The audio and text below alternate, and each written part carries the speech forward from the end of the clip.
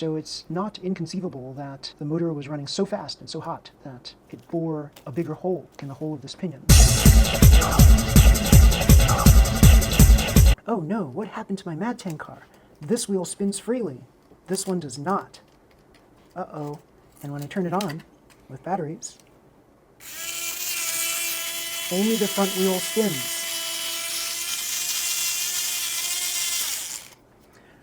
Let's take it apart and see what could be wrong. Okay, so we're going to remove these two pipes right here, these rubber pipes.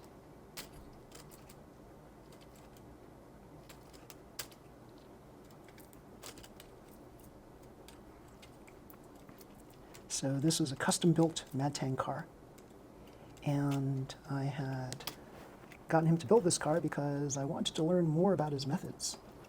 So he's got some very interesting and unique methods that are very, very well respected in the Mini4WD drive community. So yeah, get to see a little bit of his handiwork here. Very, very cool. You see this front AT bumper right here, pivoting system. It's very smooth, and it is flush against a carbon plate right here.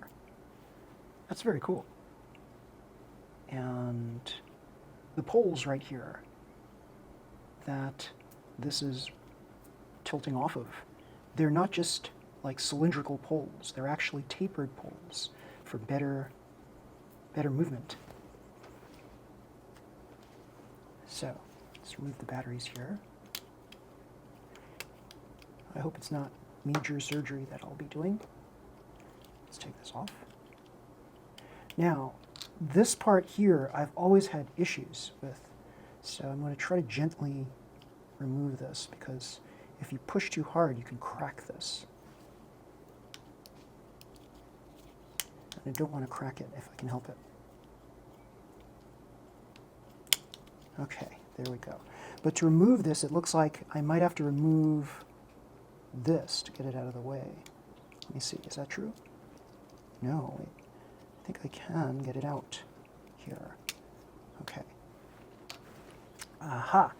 We see the culprit right there. Do you guys remember, a long time ago I had a Super TZX chassis, and the pinion on it was broken, it was split. And so it was spinning around freely on the motor shaft. And so look what happened here. This is kind of like, it slid inward.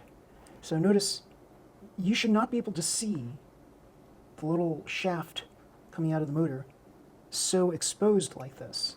So let's take a quick peek. It looks like something here is not quite right. It looks like I basically have to pull this back out so it can make contact with this green gear. So this pinion gear and the green gear are not making contact with each other. And that's why we get like nothing. The transmission is not working here, but it is working here on the front because the motor shaft and the pinion are flush against here. So here we can see it's turning. There we go. If this were in place, you can see it is turning the, well, if this cover were on, this is turning the motor. There you go.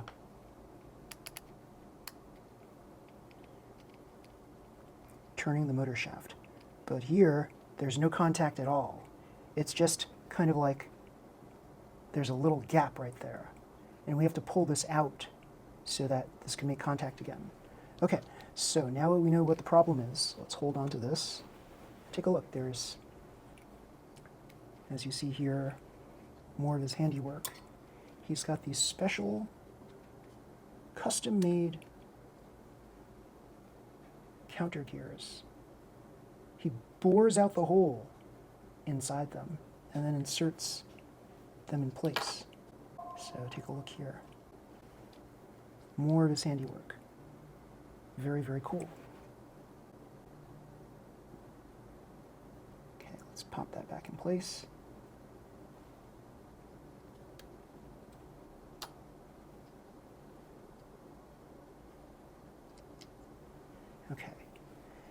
Now, let's figure out how to remove this motor here. We need a motor removal tool, and that is your typical thing that looks like this. There you go. And I'm going to hold on to the gears here. And we're going to pop that back out. Yeah, I think we got it. Maybe the other side too.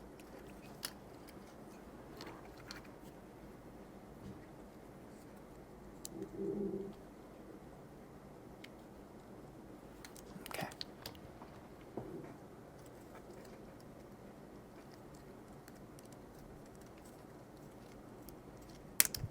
Okay, so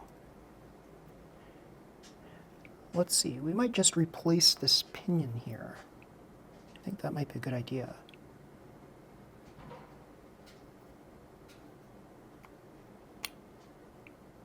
Yeah, it just simply slides off, so here's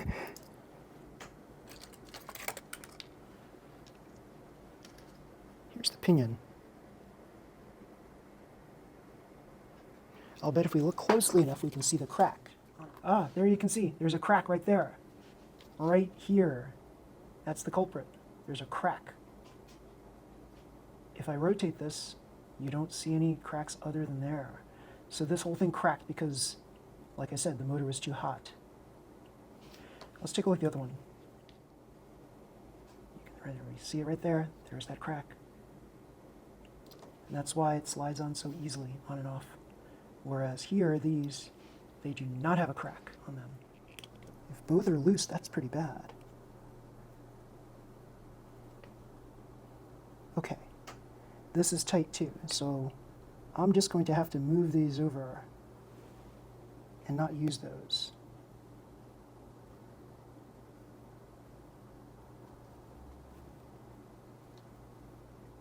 Okay.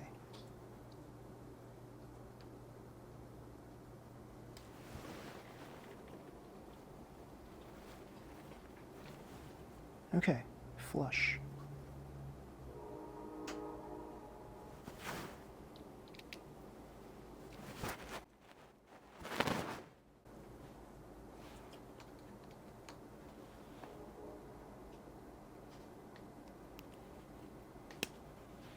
Okay, snaps back on. So the red plastic chassis are supposed to be the best ones. So that's why they charge a little more for red chassis in various places. Plus they're rare too. Ooh, before we do that, a little bit of grease on here would be good. I use Sierra grease, HG. Just a little bit.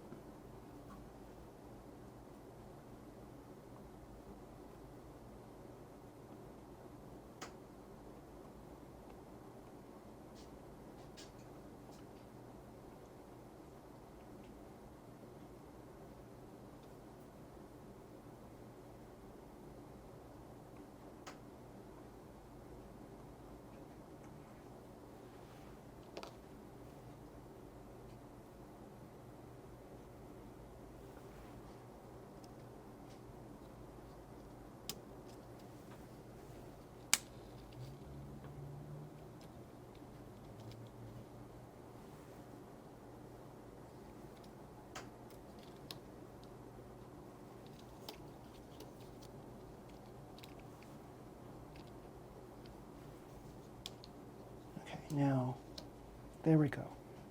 Take a look at that. Yeah, both of them are spinning now. Spinning freely. Excellent. Very cool.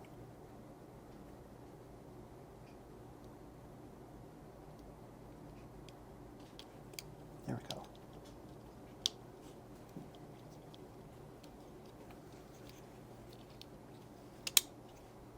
There we go.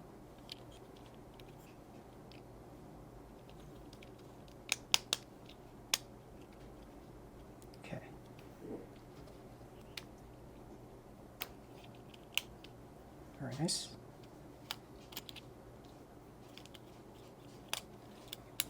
The moment of truth. Okay, this turns. Front wheel turns back wheel. back wheel turns the front wheel. Looks promising. Here we go. Yeah.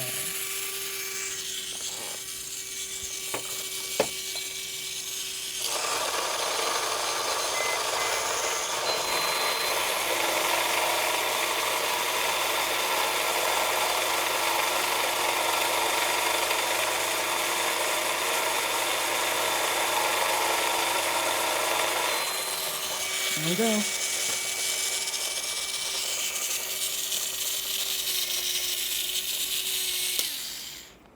I know, you might be wondering, RedTang car only 29 kilometers per hour. Well, these are 1.37 volt batteries, so they're not fully charged. So that's why. Okay, so, uh-oh. This got kind of, this fell off here. I have to put this back on. How am I going to put this back on?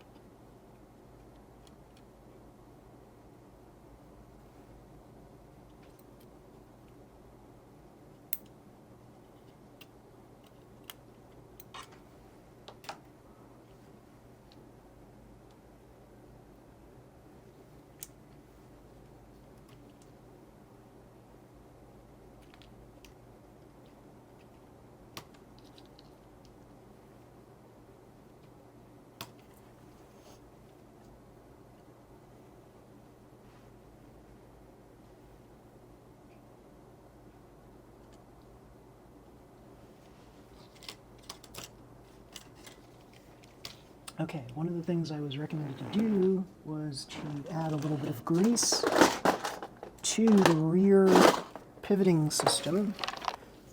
So let's do that.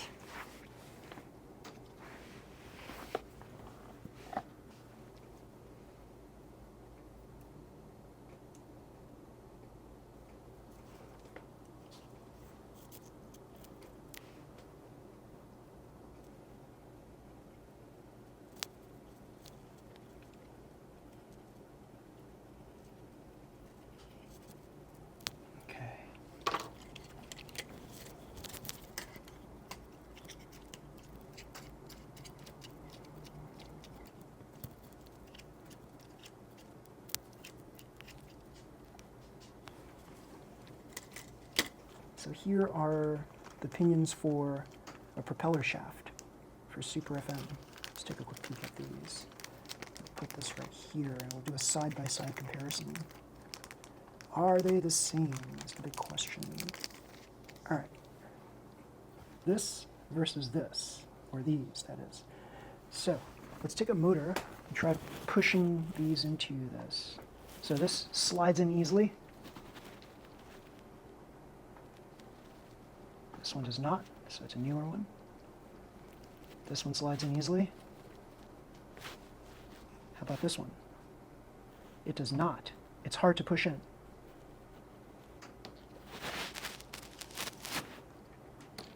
Hard to push in. Okay, so it looks like these pinions here for Super FM, the propeller shafts, they might be the same as purple pinions for motors. You might say to yourself, oh, that's obvious. Well, that's you.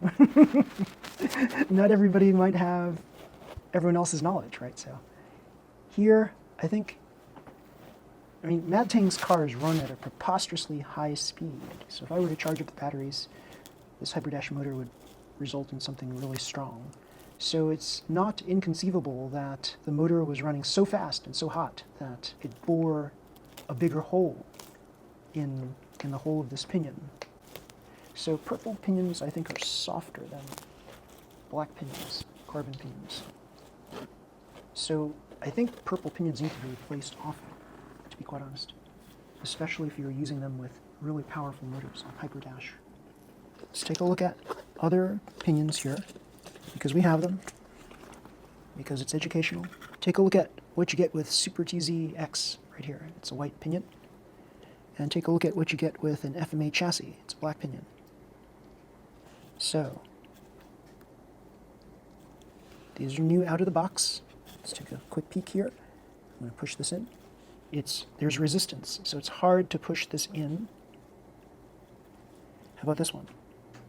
Also resistance, it's hard to push in. Let's try the other side, because this is more like a cylinder than it is a tapered kind of thing like that, or that. Okay, it's hard to push in.